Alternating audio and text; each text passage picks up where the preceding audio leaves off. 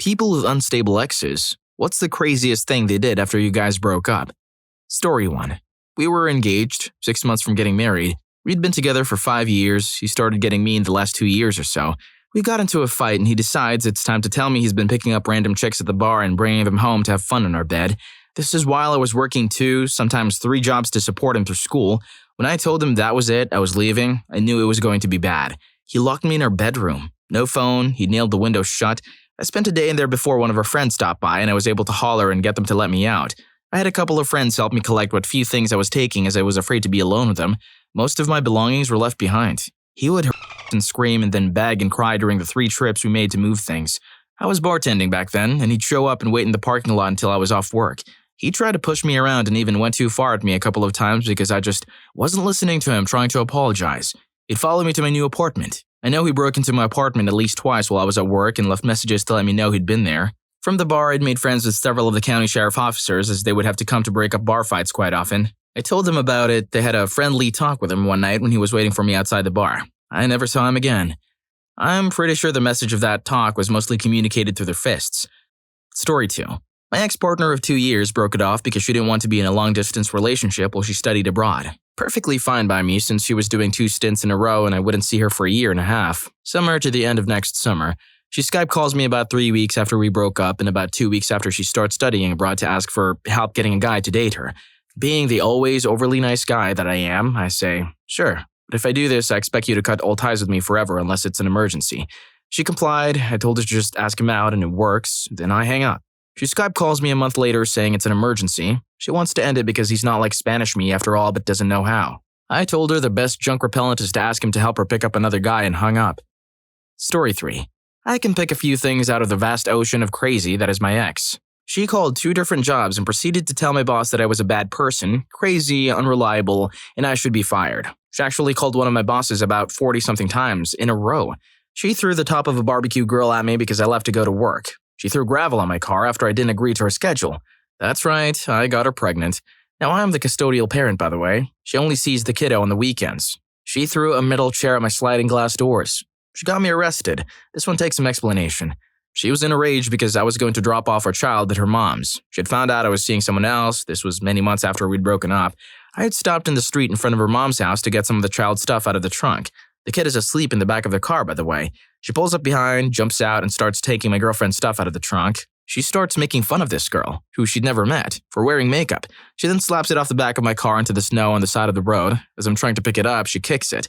The bag opens and makeup goes flying all over the place. I start trying to pick it up and she starts trying to kick it away from me. So I stand up and push her back. I pushed her on her sternum area. This was a mistake. She calls the cops, says it was foul play, and I get to spend the night in jail. I decided to add a few things. She also smashed the lights and windshield of my car. I loaned her a newer car that we had bought when we were together so she could go to Colorado and work. She ended up taking the car for a month and drove all the way from Kansas to Oregon and everywhere in between without telling me, leaving me to care for our child. She ended up getting arrested when I took the cops with me to get my car back. A few weeks later, she tried to steal the car back from me and ended up damaging the window. I could go on, but I think the picture is painted. She was a peach. I get to see her in court today. Story 4. She told me that her ex enrolled in the same class in junior college with her so they can be in class together. They were together at the time. One day he caught her glancing at another guy in class and proceeded to rough her up later that night. So she got with me instead. We lived 25 miles apart and I could only see her about 4 days out of the week. Eventually she broke up with me because I couldn't see her every day. She went back to the aggressive dude because she said she'd rather get hit because it shows that he loves her with all his attention. A year later, I ran into her randomly with a baby. She said she regrets leaving me. Phew. He lived 25 miles away and still managed to see her 4 days a week, but that still wasn't good enough for her? Yikes. Story 5. I know a girl who got pregnant from an ex. She was only like 17. She couldn't figure out how she got pregnant because they always used protection and were careful. She just figured they used a faulty one once. A bit after finding out, he finally broke down and told her he'd been planning it on her late at night. She was a heavy sleeper and never noticed. Then when she told him she was getting it terminated, his whole crazy family started calling her and trying to get her to keep it and give it to them even though they knew what happened. They even tried to take legal action. She ended up actually losing it from all the stress. The dude was crazy. Psst, guess what? This video is sponsored by none other than me and my awesome crew at Rufus Rugs. We're the masters of creating custom, hand-tufted rugs that truly capture who you are. Whether you're looking to turn one of our intriguing thumbnails into a rug, for purely academic reasons, of course, or you're eager to transform your room with some epic anime-inspired designs, we can get it done for you. These are all handmade by me and the team from Canada. No dropshipping BS here. Real, handmade custom rugs by me and my friends. Click the first link in the description to learn more. Story 6. A week after I had kicked her out, she walked into my apartment buzzed as hell with her new boyfriend and a couple of his friends at 3 a.m. Guess she still had a key. I jumped out of bed, ran into the living room, and asked her what the hell she was doing there. Her new boyfriend got in my face, saying she and I were in a common-law marriage because we had lived together for so long. They were too buzzed to drive back home, so they were going to sleep in the living room. I threatened to call the police, voices got raised, but my ex finally said that they'd be more comfortable sleeping in their car outside. I went back to bed where a new girl was still bare and confused. Story 7. I broke up with her and she said that she didn't want me around the apartment I was mostly paying for. I told her I needed access to my belongings so I wouldn't need to come to the apartment to get them. She flips out and starts trying to wrench my keys out of my pocket and come at me. When this proves fruitless, she physically blocks the door to the room I am in and doesn't let me out. I try to squeeze by her without pushing too hard. She starts scratching me. I get tired of this and threaten to call the cops. I dial and she finally gets out of the way. Unfortunately, the cops had to come anyway because it was a domestic dispute and instantly started trying to drag me out of my own apartment. I had to inform them that it was actually me that called and not the sobbing girl, because she had become aggressive and I wasn't going to get physical with her. I love that he called the cops and their first reaction was to put him in cuffs, without thinking to ask who actually had made the call. Story 8. This has been a long time coming. This was all from the same guy and all in a matter of a couple of months. Not necessarily the right order.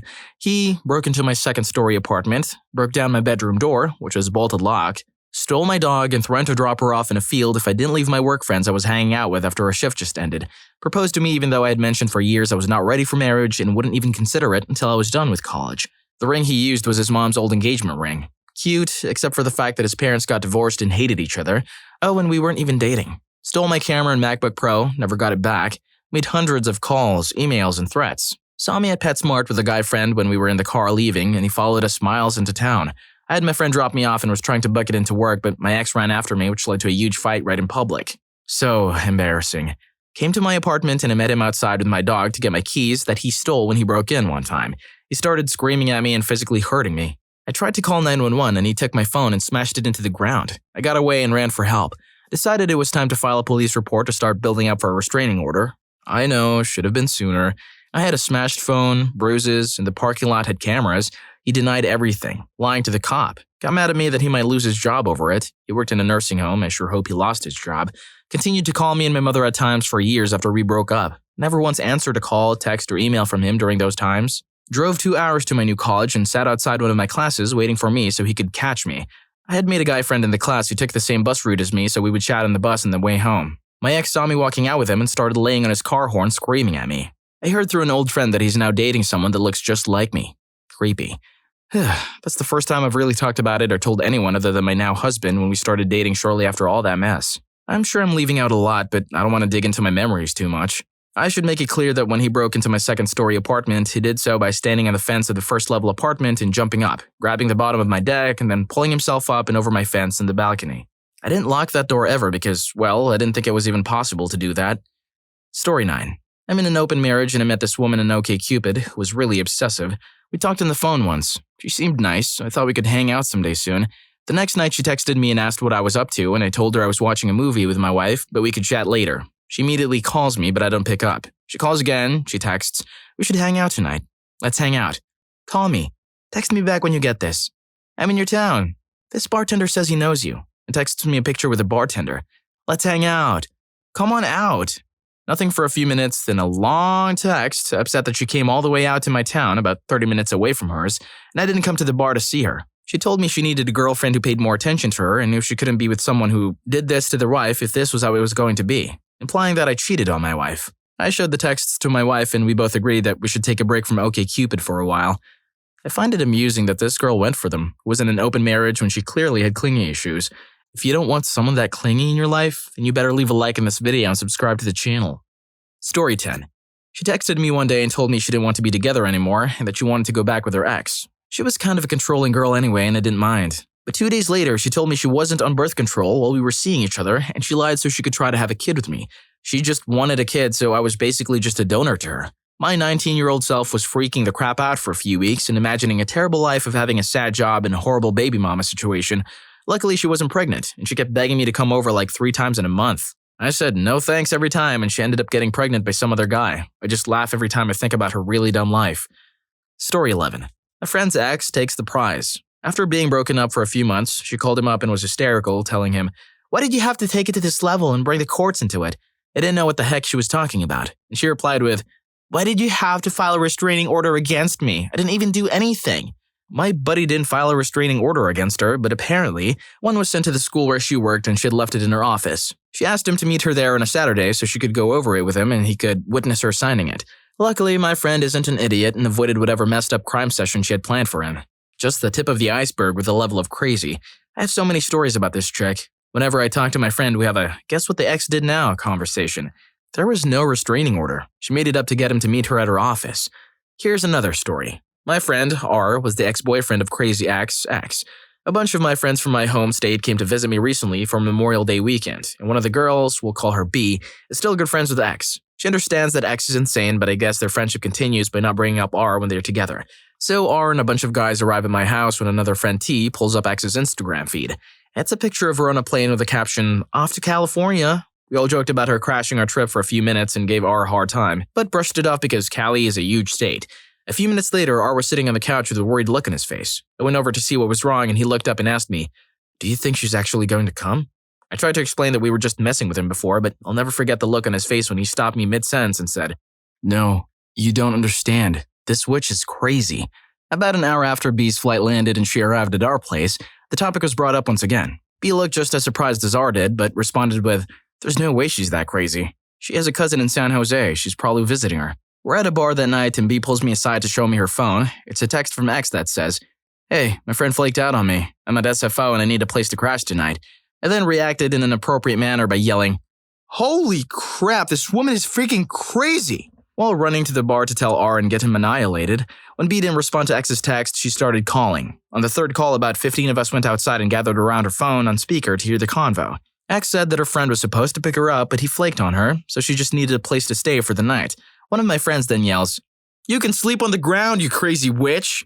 She hears and thinks it's R. She starts yelling into the phone at him, but in his amazingly buzzed state, my friend starts to sing, "Na na na na na na na na na, hey hey, goodbye." We get a good 10 bars of the song going until she eventually hangs up. R wakes up the next morning with a manifesto of an email from her about how he's a terrible person. We then read it out loud and laugh at her expense over bottomless mimosas at brunch. Turns out she eventually had to call her cousin and had her drive from San Jose to San Francisco International Airport to pick her up and crash at her house for the weekend. Story 12. During college, I went on one date with a girl I'd met in line at the bookstore. It was a nice dinner followed by drinks at the bar, and the night ended at her place. I thought I legitimately liked her. The next evening, she called to ask if we could hang out, but I had a birthday party to attend with a bunch of guy friends and wouldn't be available. She showed up at the bar we were at, and I chatted for a minute, but explained I was spending time with the guys and would call her some other time. She seemed agitated. The party moved on, and I started getting texts from her every 10 minutes for the rest of the night. I responded to none of them, and they got progressively angrier. "You should ditch your friends. Why are you being such a jerk tonight? I swear I'm not crazy." "I'm sorry. Come over and I'll make it up to you." "Screw you." And a lot more. The next morning, I had received a total of 24 text messages, 8 calls, 10 A messages, 2 Facebook messages, and 1 long email trying to explain herself. I saw her in passing several times through the rest of college. She usually gave me an angry glare. That might just be a stage 6. Story 13. My ex walked into Thanksgiving dinner while my stepfather was putting the turkey on the table and demanded to know if I was sleeping with a girl that was there. She then tried to steal my phone, and after 10 more minutes of her screaming obscenities, proceeded to steal my bed. I mean, she literally took my mattress and box spring through the house and brought them out in the front lawn. She quickly realized that her Honda Civic wasn't going to be able to transport my mattress and box spring. She took the only reasonable course of action and proceeded to stand on them so that I couldn't get them back. She made a phone call, and a few minutes later, her sister showed up with a truck. She screamed, "Have fun on the floor," loaded my bed into the truck, then got in her car and left. That was 2 years ago. I'm still with the other girl, and I did indeed have fun with her. Now you're probably wondering why I didn't call the cops. To be honest, it would have been useless. It would have delayed the meal longer. They wouldn't have gotten to my house in time to stop her, and by the time they did get to my house, that bed was already in whatever dumpster she threw it in. Story 14. This happened to my brother's fiancée, Kim. A few years before Kim met my brother, she started dating a guy named Paul. They were both about 23 years old. Paul was an eccentric, moody, introverted, but apparently charming jazz guitar player whose father was a very wealthy banker type, so Paul really had zero financial worries. He also had spent his senior year of high school in and out of a mental hospital for depression, anxiety, or something along those lines.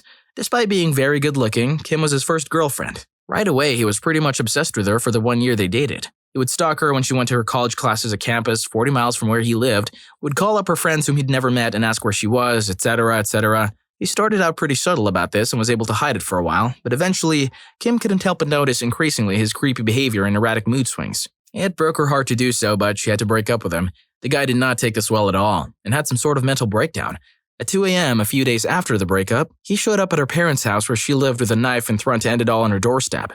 Kim talked him down and he apparently realized that he was acting insane and left, promising not to scare her again. In spite of all this, Kim still kept in contact with him to make sure he was doing all right. He apparently got much better after a couple of weeks and moved out of state to live with his old friends and bandmates. About 6 weeks pass and she doesn't hear from him. Around this time, she comes home and notices an unpleasant smell outside of her house. Another day or two passes and the smell intensifies. Her father, investigating under the crawl space of the house, finds Paul underneath the house. He had apparently crawled directly under her bedroom and took prescription meds right there. What's worse is that the body contained a note addressed to Kim. I haven't been told what it said, but I don't think I want to know. I hope you enjoyed the video, and if you made it this far, I'm sure you'll also enjoy. What's the dumbest thing an ex said to win you back? Story 5 was too dumb to be real. See you in that video.